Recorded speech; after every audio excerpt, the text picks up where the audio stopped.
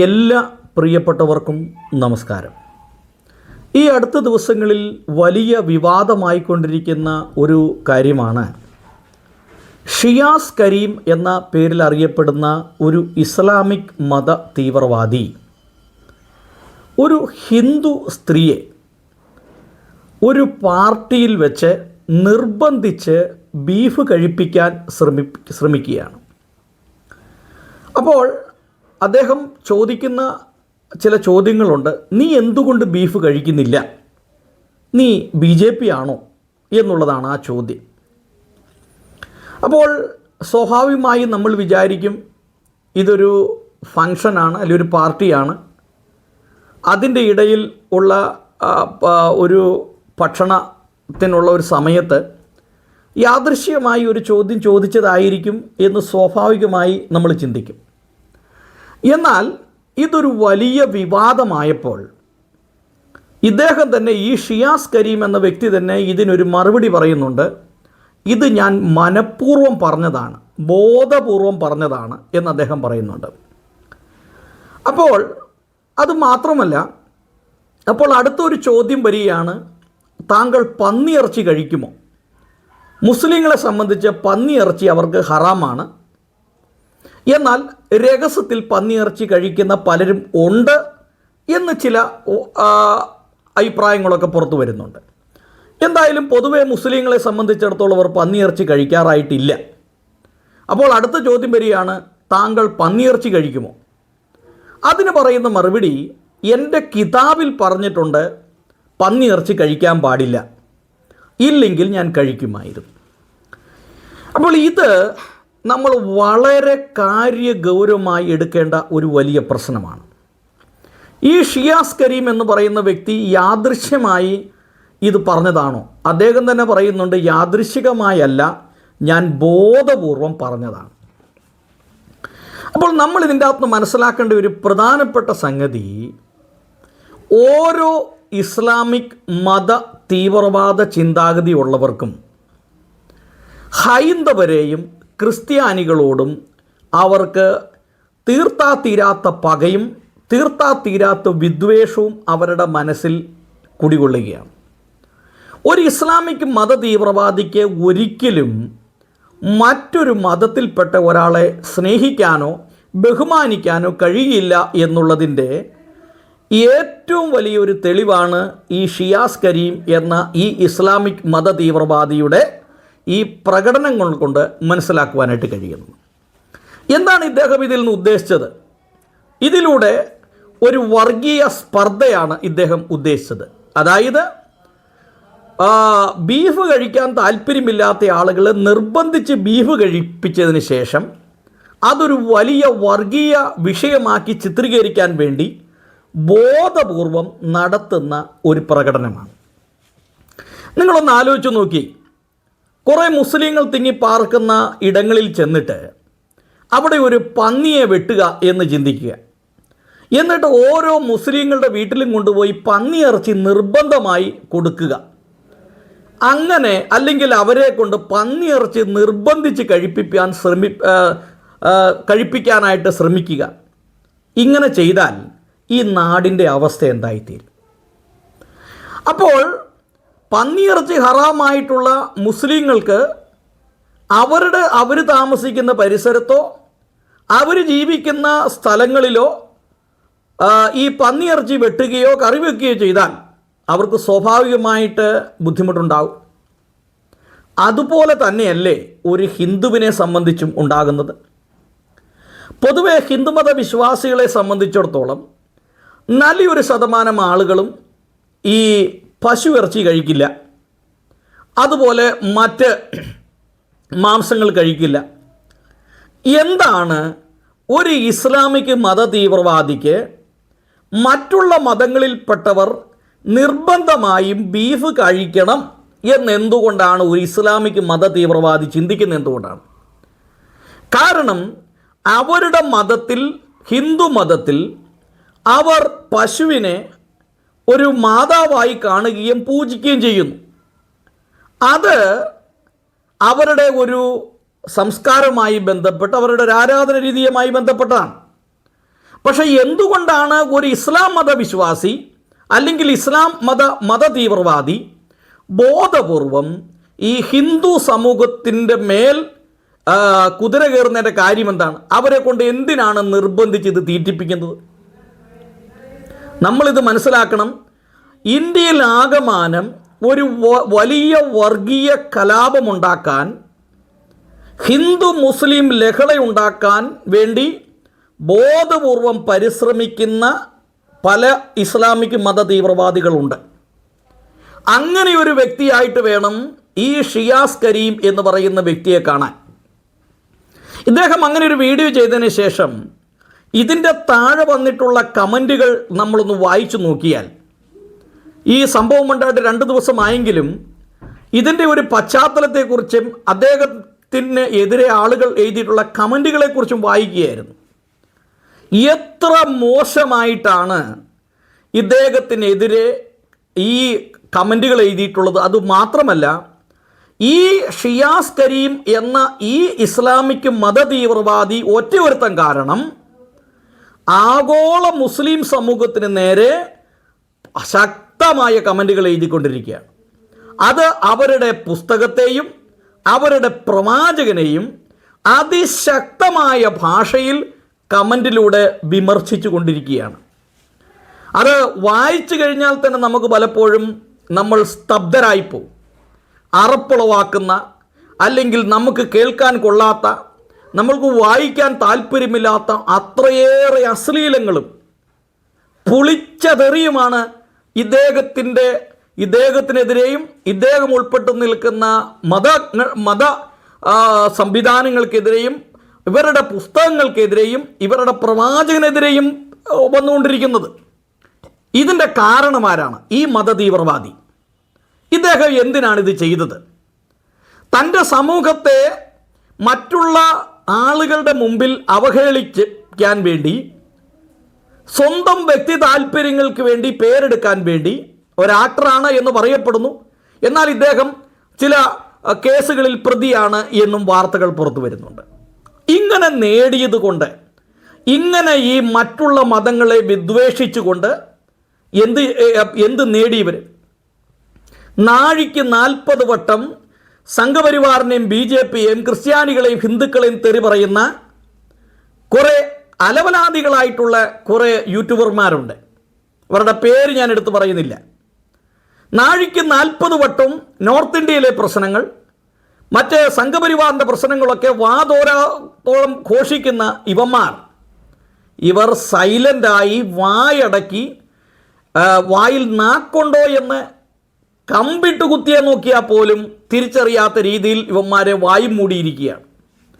നിങ്ങളൊരു കാര്യം മനസ്സിലാക്കണം. ഇതുപോലുള്ള മത തീവ്രവാദികൾ നമ്മുടെ സമൂഹത്തിൽ കിടന്ന് അഴിഞ്ഞാടുമ്പോൾ ഇസ്ലാമിസ്റ്റുകൾ അറിയപ്പെടുന്ന യൂട്യൂബർമാർ നിശബ്ദത പാലിച്ച് വീടിൻ്റെ അകത്ത് കയറിയിരിക്കുകയാണ്. അവർ അതിനെക്കുറിച്ച് മൗനസമ്മതം.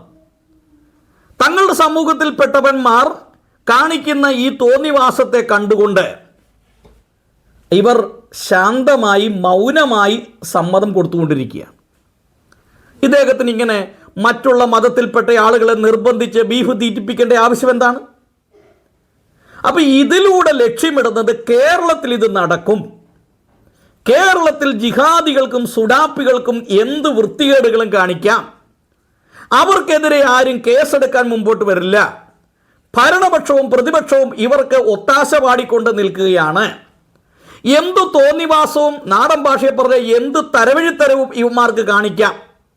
അവിടെ കിടന്ന് അഴിഞ്ഞാടാം, തുണി പറിച്ച് തലയെക്കെട്ടാം, ആരെ വേണേലും ചീത്ത പറയാം, ആർക്കെതിരെ വേണേലും കലാപത്തിന് ആഹ്വാനം ചെയ്യാം, ആർക്കെതിരെ വേണമെങ്കിലും എന്ത് വൃത്തികേടും കാണിക്കാനുള്ള ഈ ചങ്കൂറ്റം ഇവർക്ക് ആര് കൊടുത്തു? ഇവിടെ ഭരിക്കുന്ന ഇടതുപക്ഷവും കോൺഗ്രസും ഈ ഇസ്ലാമിക് മത തീവ്രവാദികൾക്ക് വേണ്ടി ഒത്താശ ചെയ്ത് ഓശാന പാടി ഇവരുടെ ഒരു അടിമകളായി 4 വോട്ടിന് വേണ്ടി അടിമകളായി ഇവരുടെ പുറകെ നടക്കുകയാണ്. ഈ സംഭവം ഇന്ന് ഉത്തർപ്രദേശിലാണെങ്കിൽ നിർബന്ധിച്ച് ഒരു ഹിന്ദു മതത്തിൽപ്പെട്ട ഒരാളെ നിർബന്ധിച്ച് ബീഫ് തീറ്റിക്കാൻ പരിശ്രമിച്ച ഈ ഷിയാസ് കരീം എന്ന് പറഞ്ഞ വ്യക്തി ഇന്ന് ഉത്തർപ്രദേശിലായിരുന്നെങ്കിൽ ഇന്ന് ഒരുപക്ഷെ ഇവൻ്റെ ജീവിതം തന്നെ ഇവിടെ കാണുകയില്ലായിരുന്നു. ഞാൻ വെല്ലുവിളിച്ച് ചോദിക്കുന്നു, ഈ ഷിയാസ് കരീം എന്ന് പറയുന്ന ഈ ഇസ്ലാമിക് മത തീവ്രവാദിയോട് ഞാൻ ചോദിക്കാൻ ആഗ്രഹിക്കുന്നു, നിനക്ക് ഉത്തർപ്രദേശിൽ വന്ന് ചെയ്യാൻ പറ്റുമോ? നിന്റെ മസിലും നിന്റെ പെരിപ്പിച്ചുകൊണ്ട് റോട്ടിൽ കൂടെ ഇറങ്ങി ഞെളിഞ്ഞു നടക്കുന്നു. ഇത് സുഡാപ്പികൾക്ക് അടിയറവ് വെച്ച നാടായി കേരളം. ഇവിടെയുള്ള ഭരണപക്ഷവും പ്രതിപക്ഷവും സുഡാപ്പികളുടെ അടിമകളായി കിടക്കുന്നത് കൊണ്ട് സുഡാപ്പികൾക്കും ഇസ്ലാമിക് മത തീവ്രവാദികൾക്കും കേരളത്തിൽ കിടന്ന് വിലസാം, എന്ത് വൃത്തികേട് വേലും കാണിക്കാം. ആണത്വമുള്ളവനാണെങ്കിൽ, ചങ്കൂറ്റമുള്ളവനാണെങ്കിൽ ഉത്തർപ്രദേശിൽ വന്ന് ഇവിടെയുള്ള ഒരു ഹിന്ദുവിനെ നിർബന്ധിപ്പിച്ച് ബീഫ് തീറ്റിച്ച് കാണിക്ക്. അപ്പോഴറിയാം എന്താണ് ഇവിടുന്ന് ലഭിക്കാൻ പോകുന്നതെന്ന്. നിന്നെ പോലെയുള്ള നിരവധി ആളുകൾ ഇവിടെ കിടന്ന് പൊളച്ചു പറഞ്ഞിട്ടുണ്ട്. അവരൊക്കെ ഇന്ന് നാടൻ ഭാഷയിൽ പറഞ്ഞ മണ്ണടിക്കാവ് പറ്റി. എന്താണ് കാരണം? വർഗീയത വെച്ചു ഉറപ്പിക്കുകയില്ല എന്നുള്ള ഒരു തീരുമാനത്തിലാണ് ഈ ഉത്തർപ്രദേശൊക്കെ മുമ്പോട്ട് പോയിക്കൊണ്ടിരിക്കുന്നത്. അപ്പോൾ കേരളത്തെ സംബന്ധിച്ച് അവിടെ ഇസ്ലാമിക് തീവ്രവാദികൾക്ക് എന്ത് വൃത്തികേടും കാണിക്കാം, എന്ത് വേണേലും കാണിക്കാം. ആ ഒരു സമീപനം നമ്മളിത് മനസ്സിലാക്കേണ്ടത്, ഈ ഷിയാസ് കരീമിനെ പോലുള്ള ആളുകൾ ഇവിടെ മതസ്പർദ്ധ വളർത്തി, ജാതിസ്പർദ്ധ വളർത്തി, ഹിന്ദു സമൂഹത്തിൻ്റെ മേലും ക്രിസ്ത്യൻ സമൂഹത്തിൻ്റെ മേലും കുതിര കയറുന്നതിൻ്റെ പിന്നിൽ, ഇതിൻ്റെ പിന്നിൽ ഇസ്ലാമിക് മത തീവ്രവാദികളുടെ കരങ്ങളുണ്ട്. അവർ ഇവിടെ എന്ത് ചെയ്താലും ഇവിടെ കേസെടുക്കുകയില്ല എന്നുള്ള ഒരു ധാർഷ്ട്യം ഇവർക്കുണ്ട്. ഇതിൻ്റെ പിന്നിൽ ഇസ്ലാമിക് മത തീവ്രവാദികളുടെ കൈയുണ്ട്. സുഡാപ്പികളുടെയും അതുപോലെ മറ്റ് ഇസ്ലാമിക് മത തീവ്രവാദികളുടെ കരങ്ങൾ ഇതിൻ്റെ പിന്നിലുണ്ട്. അല്ലെങ്കിൽ ഇവനൊക്കെ ഇത്രയും അഹങ്കാരത്തോടു കൂടെ ഇവിടെ കിടന്ന് പൊളക്കിയില്ലായിരുന്നു. നിങ്ങൾ മനസ്സിലാക്കണം, ഇതുപോലെയുള്ള ആളുകളെ സമൂഹത്തിൽ വെച്ചു പൊറിപ്പിച്ചാൽ, ഇതുപോലെയുള്ള ആളുകളെ വെറുതെ വിട്ടാൽ നാളെ ഈ കേരളം അനുഭവിക്കാൻ പോകുന്നത് ഒരു വലിയ വർഗീയ ലഹളയായിരിക്കും. ഓരോ ഇസ്ലാമിക് മത തീവ്രവാദികളുടെ മനസ്സിലും അന്യമതസ്ഥരെ എങ്ങനെ കൊന്നുകളയാം, അവരെ എങ്ങനെ നശിപ്പിക്കാം, അവരുടെ കുടുംബം എങ്ങനെ ഇല്ലായ്മ ചെയ്യാം, അവരെ എങ്ങനെ മതപരിവർത്തനം ചെയ്യാം, അവരുടെ സ്ത്രീകളെ എങ്ങനെ തട്ടിക്കൊണ്ടുപോകാം എന്നുള്ളത് മാത്രമാണ് ഓരോ ഇസ്ലാമിക് മത തീവ്രവാദികളുടെയും ഉള്ളിൽ പൊട്ടിമുളച്ചിട്ടുള്ള ചിന്തകൾ. അതുകൊണ്ട് കേരളത്തിൽ ഹിന്ദു സമൂഹം ഉണരണം. ഹിന്ദു സമൂഹം ഉണർന്നെങ്കിൽ മാത്രമേ ഇതുപോലെയുള്ള വർഗീയവാദികളെയും മത തീവ്രവാദികളെയും ഇവിടുന്ന് നാട് കടത്താനായിട്ട് സാധിക്കുമായുള്ളൂ. ഇതുപോലെയുള്ള ഈ ഷിയാസ് കരീമിനെ പോലെയുള്ള ഈ ഇസ്ലാമിക് മത തീവ്രവാദികളെ ഈ നാട്ടിൽ തന്നെ വെച്ച് പൊറപ്പിക്കരുത്. കാരണം ഇന്ന് അവർക്ക് ഇത്രയും ഏതാണ്ട് 50-ൽ കൂടുതൽ ശതമാനം ഭൂരിപക്ഷം ഹിന്ദുക്കൾ താമസിക്കുന്ന ഈ കേരളത്തിൽ അവർക്ക് എന്ത് ധൈര്യത്തിലാണ് ഈ നിർബന്ധിച്ച് മറ്റുള്ളവരെ ബീഫ് തീറ്റിപ്പിക്കാനുള്ള ഈ ചങ്കൂറ്റം ഇവിടുന്ന് വന്നു? അപ്പോൾ ഇവർ ഇപ്പോഴുള്ള ഈ 28% നിന്ന് 30%, 40%, 50% മാറിയാൽ ഇവിടെയുള്ള ഹിന്ദു സമൂഹവും ഇവിടെയുള്ള ക്രൈസ്തവരും അവരുടെ അവസ്ഥ എന്തായിരിക്കും എന്ന് സ്വാഭാവികമായി ഒന്ന് ചിന്തിക്കുക. വെറും 1% മാത്രം പാലായിലുണ്ടായിരുന്ന ഈ സമൂഹം പാലായിലെ ബിഷപ്പ് ഹൗസിലേക്ക് 5000-ലധികം ആളുകൾ ഇരച്ചു കയറി അവിടെ പാലാ ബിഷപ്പിനെ വധിക്കുവാൻ ഗൂഢാലോചന ചെയ്തപ്പോൾ ഇവിടെയുള്ള ഇടതുപക്ഷവും കോൺഗ്രസും കണ്ടില്ല എന്ന് ഉറക്കം നടിച്ചിരുന്നു. അതായത് അവർ മൗനം പാലിച്ചു, എന്തെങ്കിലും നടക്കട്ടെ എന്ന് ചിന്തിച്ചു. അതിനു പകരം കോൺഗ്രസിന്റെ നേതാവായ വി ഡി സതീശൻ പാലാ ബിഷപ്പിനെ കൽത്തുറങ്കിലടയ്ക്കണം എന്ന് പ്രഖ്യാപിച്ചു. ഇസ്ലാമിക് മത തീവ്രവാദികളുടെ പ്രീണനത്തിന് വേണ്ടി കോൺഗ്രസ് ക്രൈസ്തവ സമൂഹത്തെ ഒറ്റിക്കൊടുത്തു. എന്നിട്ട് ഒരു ഉളുപ്പും നാണവും ഇല്ലാതെ ഇവർ വോട്ടും ചോദിച്ച് ക്രൈസ്തവ വീടുകളിൽ കയറി നിരങ്ങുകയാണ്. നിങ്ങളിത് മനസ്സിലാക്കണം, കേരളം ഇസ്ലാമിക് മത തീവ്രവാദികളുടെ കൈപ്പിടിയിലേക്ക് എത്തപ്പെട്ടുകൊണ്ടിരിക്കുകയാണ്. ഈ കോൺഗ്രസിനും ഇടതുപക്ഷത്തെയും ഇത്തരത്തിൽ തുടർന്ന് മുമ്പോട്ട് പോകാൻ അനുവദിച്ചാൽ കേരളം നേരിടാൻ പോകുന്നത് വലിയ ഒരു വെല്ലുവിളിയായിരിക്കും. ഈ ഷിയാസ് കരീം എന്നൊക്കെ പറയുന്നത് 100 പേരിൽ 1000 പേരിൽ ഒരുവൻ മാത്രമാണ്. ഇതുപോലെ മതതീവ്രവാദം മനസ്സിൽ വെച്ചുകൊണ്ട് ഹിന്ദു സമൂഹത്തെയും ക്രൈസ്തവ സമൂഹത്തെയും ടാർഗറ്റ് ചെയ്ത് മുമ്പോട്ട് പോകുന്ന ആയിരക്കണക്കിന് ഇസ്ലാമിക് മതതീവ്രവാദികൾ കേരളത്തിലുണ്ട്. ഇനിയെങ്കിലും ഹൈന്ദവ സമൂഹം ഉണരണം. ഇതുപോലെയുള്ള മതതീവ്രവാദികളെ ഇവിടുന്ന് തല്ലി ഓടിക്കണം. എന്നെങ്കിൽ മാത്രമേ ഈ കേരളത്തിൽ സമാധാനത്തോട് ജീവിക്കാൻ സാധ്യമാകുള്ളൂ. അതുകൊണ്ട് ഇതാരും നിസ്സാരമായി കാണണ്ട, ഇത് പുച്ഛിച്ചാരും തള്ളണ്ട. കുറേ ആളുകൾ ഇദ്ദേഹത്തിന് സപ്പോർട്ടുമായി രംഗത്ത് വന്നിട്ടുണ്ട്. ഇത് ഒരു നിസ്സാരമായി കാണേണ്ട കാര്യമല്ല. ഓരോ ഇസ്ലാമിക് മതതീവ്രവാദികളുടെ മനസ്സിൽ രൂഢകൂലമായിരിക്കുന്ന ചിന്തയാണ് ഈ ഷിയാസ് കരീം എന്ന വ്യക്തിയിലൂടെ പുറത്തു വരുന്നത്. അതുകൊണ്ട് സൂക്ഷിച്ചാൽ ദുഃഖിക്കേണ്ട. ഈ ജിഹാദികളെ ഇവിടെ വളരുവാൻ അനുവദിച്ചാൽ അവൻ കിടപ്പാടം പോലും നഷ്ടപ്പെട്ട് ഈ നാട് വിട്ടു പോകേണ്ടതായിട്ടുള്ള ഒരു സാഹചര്യം വരും എന്ന് ഓർമ്മപ്പെടുത്താൻ ആഗ്രഹിക്കുകയാണ്. അതുമാത്രമല്ല, VS അച്യുതാനന്ദൻ ഇതിനെക്കുറിച്ച് മുന്നറിയിപ്പ് നൽകിയിട്ടുണ്ട്. അങ്ങനെ പല പ്രമുഖന്മാരും ഇതിനെക്കുറിച്ച് മുന്നറിയിപ്പ് നൽകിയിട്ടുണ്ട്. ഈ കേരളത്തിൻ്റെ അവസ്ഥ എന്തായിത്തീരും എന്നുള്ളത്. അതുകൊണ്ട് ഹിന്ദു സമൂഹം ഉറക്കം നടിച്ചു കിടന്നാൽ, ക്രൈസ്തവ സമൂഹം ഉറക്കം നടിച്ചു കിടന്നാൽ ഈ ഇസ്ലാമിക് മതതീവ്രവാദികളിൽ നിന്ന് നമുക്ക് രക്ഷ നേടാൻ സാധ്യമാകുകയില്ല. അതുകൊണ്ട് ക്രൈസ്തവ സമൂഹം, കത്തോലിക്ക സഭ മുതൽ പെന്തക്കോസ്ത് സമൂഹം വരെയും ഒറ്റക്കെട്ടായി നിൽക്കണം. ഹിന്ദു സമൂഹം എല്ലാവരും ഒറ്റക്കെട്ടായി നിന്ന് ഇതുപോലെയുള്ള മതതീവ്രവാദികളെ ചെറുക്കാൻ ശക്തമായ രീതിയിൽ മുമ്പോട്ട് വന്നില്ലെങ്കിൽ കേരളം നേരിടാൻ പോകുന്നത് ഒരു വലിയ വെല്ലുവിളി തന്നെയായിരിക്കും.